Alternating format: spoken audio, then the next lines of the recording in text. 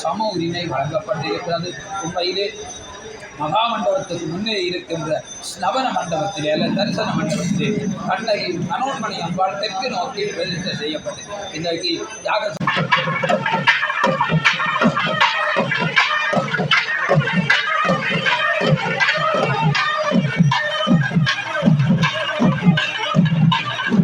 அனுசரித்து வேத மந்திரங்களோதி அந்த பிரதான கும்பத்துக்கு உருவேற்றி மறுநாள் எண்ணெய் காப்பு சாற்றிய மறுநாளிலே இங்கே கொடுக்க வேண்டிய கிரிகைகள் யார்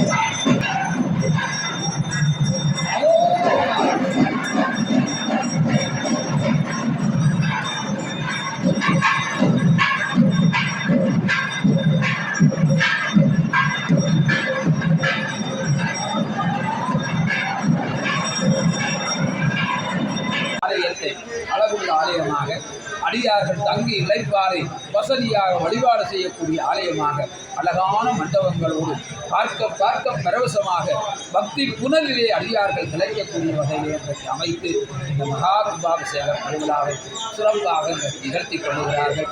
இந்த உலகத்திலே வாழ்கின்ற சைவ அடியார்கள், அம்பாளுடைய அடியார்கள், கண்ணகி தாயாருடைய அடியார்கள் எல்லோருக்கும் எல்லா நலன்களும் கிடைக்க வேண்டும் என்று இந்த நேரத்திலே நான் அன்னை கண்டுத்தளர்ச்சி கண்ணகி அம்பாளை பிரார்த்திக்கிறோம். இந்த ஆலயத்திலே மனோன்மணி அம்பாளுக்கும் சம உரிமை வழங்கப்பட்டிருக்கிறது.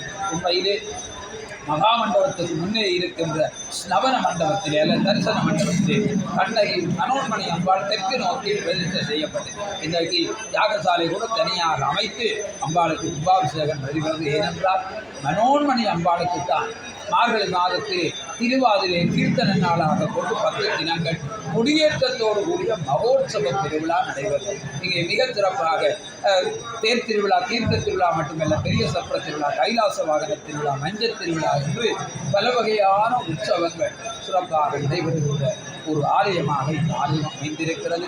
உண்மையிலே அம்பாளுடைய ஆலயத்துக்கு நீங்கள் வருடத்திலே ஒரு தடவையாவது வாருங்கள். பங்குனி திங்கள் வராவிட்டால் சித்திரை வருடப்பிறப்பன்று கூட ஏராளமான அடியவர்கள் இங்கு வந்து பொங்கல் பொங்கி படையல் செய்து மடை விரவி வழிபாடு ஆற்றிக் கொள்கிறார்கள்.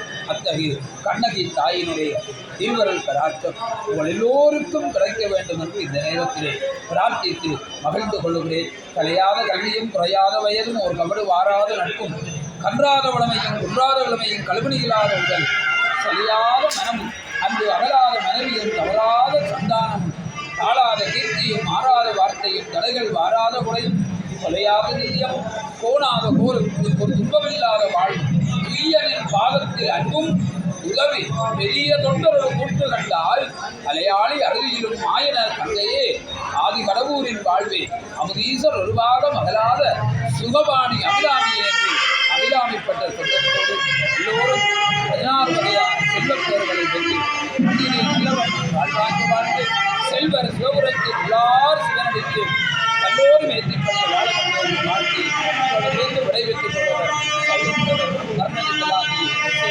பக்த சத்தியதாசன் நன்றி. மகாசக்தியாக நவசக்தியாக அட்ட யோகங்கள் அட்ட ஐஸ்வர்யங்களை தருகின்ற சக்தி அம்பாவிடம் இருக்கின்றது.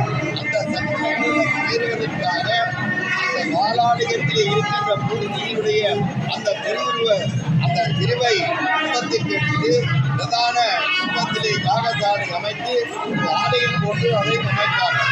அதை சுற்றமுள்ள பரிகார மூர்த்திகளுக்கும் நமோ குண்டமோ போட்டு தங்களால் இயன்ற ஆலய நிதி வசதிக்கு என்பதை அமைத்துக் கொள்வார்கள். மங்கள வாத்தியத்தை வாசிக்க வேண்டும் என்றால் வெளியே உள்ள எந்த விதமான அவசரமான சத்தங்களும் அந்த நேரத்திலே யாருடைய காதலும் விளாசிருக்கும் வண்ணமாக அங்கே மங்கள வாத்திய கலைஞர்களுடைய ராக தாளங்களும் எங்கள் இசையிலே மயங்காதவர் ஒருவரும் இல்லை. அங்கே சாமகானம் பாடி ராமாயணத்திலே நாங்கள் பார்க்கிறோம், சிவனுடைய வரலாற்றிலே பார்க்கிறோம். ஆகவே இசையை இறைவன் அங்கீகரித்திருக்கின்றார். அதனாலே மங்கள வாத்திய கலைஞருடைய அந்த தேவையும் அந்த இடத்தில் இருக்கின்றது. அதே போன்று இந்த ஆலய மணி ஒலிக்கின்ற பொழுது தேவாதி தேவர்கள் ஆலய சூழலுக்கு வருவார்கள். அதனாலே தான் ஆலய மணி ஒலிக்கின்ற பொழுது பூஜை நடைபெற வேண்டும். இந்த விதிகளை எல்லாம் அனுசரித்து வேத மந்திரங்களோதி அந்த பிரதான கும்பத்துக்கு உருவேற்றி மறுநாள் எண்ணெய் காப்பு சாற்றிய மறுநாளிலே இங்கே கொடுக்க வேண்டிய கிரிகைகள் யாகங்கள் எல்லாம் நிறைவாக்கி அந்த கும்பநீர் வீதிவலமாக வந்து அம்பாளுடைய திருமேனியை பார்க்கின்ற பொழுது இப்பொழுது அம்பாள் இறை சாண்டியத்திற்கு ஆரம்பமாகிறார். இன்று தொடக்கம் 48 நாள் இவ்வாறு செய்கின்ற பொழுது மங்காபிஷேகம், அதாவது வம்பை கங்கை என்ற காவேரி கோதாவரி கங்கா இந்த வைரவி சரஸ்வதி என்று சொல்லுகின்ற 9 கங்கருடைய புனித தீர்த்தமாக அந்த தீர்த்தம் அம்பாவுடைய திருமேனியிலே ஊற்றி பெற்றதும் கங்காபிஷேகத்துடன் அம்பாவுடன் நாங்கள் கேட்கின்ற வரங்களை தருகின்ற சக்தி படைத்தவளாகிறார். ஒரு குழந்தை பிறந்து அம்மாவின் மடியிலே இருந்து அம்மாவுடைய கருவறையில் சுமந்து வெளி உலகத்திற்கு வந்து அம்மாவுடைய அந்த பாலிலே வளர்ந்து அப்பொழுதுதான் அந்த குழந்தையை நாங்கள் எண்ணெய் தண்ணியை பூசி வெயிலே வளர்த்துவோம். அதான் இந்த மண்டல காலத்திலே நாங்கள் செய்வது. அவ்வாறு ஒரு குழந்தையின் வளர்ச்சி போன்று அம்பாவுடைய வளர்ச்சி இன்று தொடக்கம் இருக்க போகின்றது. 48வது நாளிலே அவள் பூரணத்துவம் பெறுகின்றாள் கங்காபிஷேகத்திலும். இவ்வாறு இந்த கும்பாபிஷேக கிரியைகள் சொல்கிறதானால் தொடர்ந்து சொல்லிக்கொண்டே இருக்கலாம். அந்த வகையிலே இன்றைய தினம் பன்னித்தலத்தை கண்ணகி அம்பாளுடைய திருக்குடம் என்ற நன்னீராட்டு பெறும் சாந்தி விழா உண்மையிலேயே திவ்யமாக குதூகலமாக ஆலய அமைப்பு ஏற்ப யாகசாலையை அன்புக்குரிய செல்வப்புலவர் வந்து சக்திநாதன் அமைத்ததாக நான் சொன்னவுடன் கேட்டேன்.